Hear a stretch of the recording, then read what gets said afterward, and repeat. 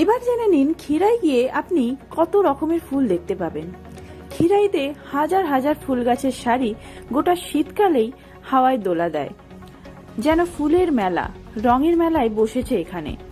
বাতাসে ফুলের মিশ্র গন্ধ আর শীতের মিঠে রোদ গায়ে মেখে ছবি তুলুন প্রাণ খুলে।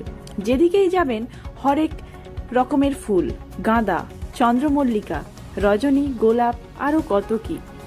দুর্গাপুজোর আগে থেকে শুরু করে পরের ফেব্রুয়ারি মার্চ ক্ষীরাই ভরে ওঠে ফুলের সমাহারে।